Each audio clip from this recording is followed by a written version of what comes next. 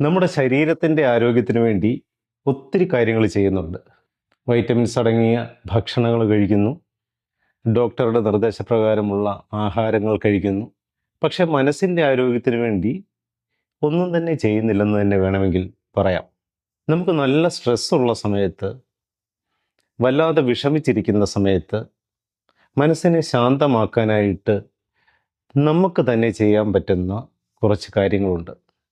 അതിന് ABC എന്നാണ് പറയുന്നത്. 2Aയും 2Bയും 2Cയും. ഒന്നാമത്തെ A അക്സെപ്റ്റൻസ് എന്നാണ്. നമുക്കുണ്ടായ വിഷമം അതെന്താണ്? അതിനെ സ്വീകരിക്കുക എന്നുള്ളതാണ്. പലപ്പോഴും പല വിയോഗങ്ങളും ഉണ്ടാകാം. നമ്മുടെ ഏറ്റവും പ്രിയപ്പെട്ടവരായിരിക്കാം മരിച്ചു പോകുന്നത്. പക്ഷേ അതിനെ ഒന്ന് സ്വീകരിക്കുവാനുള്ള മാനസികാവസ്ഥ ഉണ്ടാകുക. അതിനി തിരിച്ചു വരികയില്ല, നഷ്ടപ്പെട്ടത് തന്നെയാണ് എന്ന് സ്വീകരിക്കാനുള്ള ഒരു മനസ്സുറപ്പ് നേടിയെടുക്കണം, അല്ലെങ്കിൽ അത് ക്ലിയർ ആക്കിയെടുക്കണം. അതുപോലെ രണ്ടാമത്തെ A ആണ് അവെയർനെസ്. നമ്മൾ എന്തിനാണ് വിഷമിച്ചിരിക്കുന്നത് എന്ന് നമുക്ക് വ്യക്തമാകണം. ആ വിഷമത്തെക്കുറിച്ച് അവെയർനെസ് ഉണ്ടാകുക. ഒരു കാരണവുമില്ലാതെ എനിക്ക് വിഷമമാണ്, എനിക്ക് ദുഃഖമാണ് എന്ന് പറഞ്ഞിട്ട് കാര്യമില്ല. അതെന്താണ് എന്ന് വ്യക്തമായി നമ്മൾ തന്നെ കണ്ടുപിടിക്കുക. അടുത്തത് B ആണ്.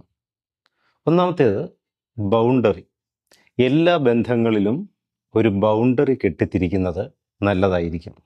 നമുക്ക് ആ ബന്ധം മാത്രമല്ല ആവശ്യം, നമ്മുടെ ജീവിതത്തിന് ആവശ്യമായ മറ്റ് പല കാര്യങ്ങളുമുണ്ട്.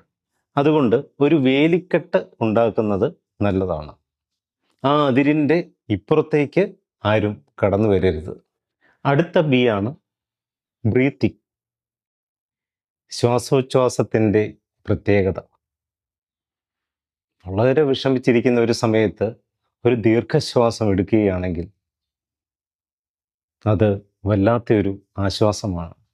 മനസ്സിനെ ഒന്ന് തണുപ്പിക്കുവാനായിട്ട്, മുഴുവനായിട്ടല്ല കുറച്ചൊന്ന് തണുപ്പിക്കുവാനായിട്ട് ആ ദീർഘശ്വാസത്തിന് സാധിക്കുന്നു. ശ്വാസം ഉള്ളിലേക്ക് ആഞ്ഞു വലിച്ചിട്ട് അതേപോലെ തന്നെ പുറത്തേക്ക് വിടുമ്പോൾ ആശ്വാസം കിട്ടുകയാണ്. ഇനി അടുത്തതാണ് C.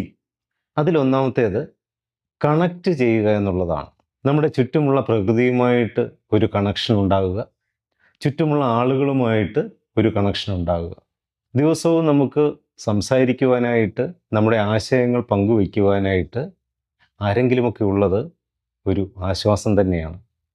മുറിയിൽ അടച്ചിട്ടിരിക്കുക